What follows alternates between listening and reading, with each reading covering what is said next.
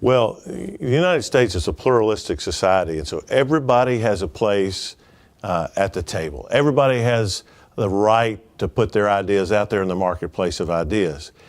And Christians need to be well represented. We need to be a part of that conversation. We have a perspective that's shaped by our biblical worldview, and we certainly aren't saying that no one else has the right to say what they believe, but we can't retire to the corners of our culture and disengage. So we need elected officials who are going to represent that perspective and are going to help our government stay true to the biblical moorings on which this country was founded. I believe in the power of a Christian life to influence people well beyond even those that we know. I think that's true for the common, ordinary person who's walking in faith with Jesus Christ.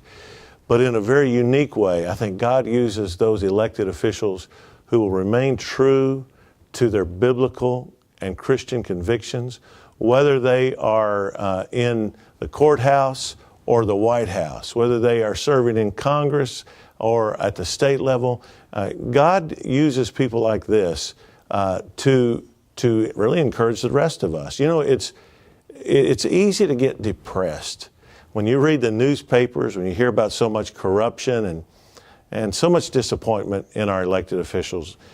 When you can elect someone who has a track record of walking with Jesus, not just a good moral life. There are people who aren't Christians who live wonderful moral lives.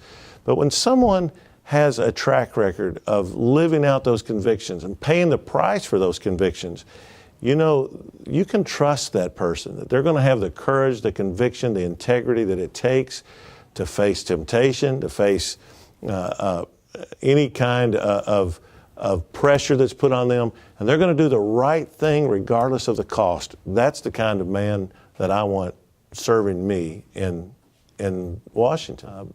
What I have learned is that a lifetime of integrity and consistency will still gain the respect, even of those that consider themselves your political enemies, because they know you're real.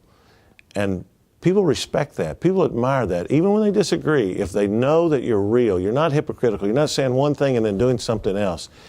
And so let them demonize us all they want, but let's walk humbly, consistently, confidently in the path that God has set for us, and we'll be okay. At the end of the day, what I want is also someone who can not only think with a good political mind, but who can think with and believe with a Christian heart.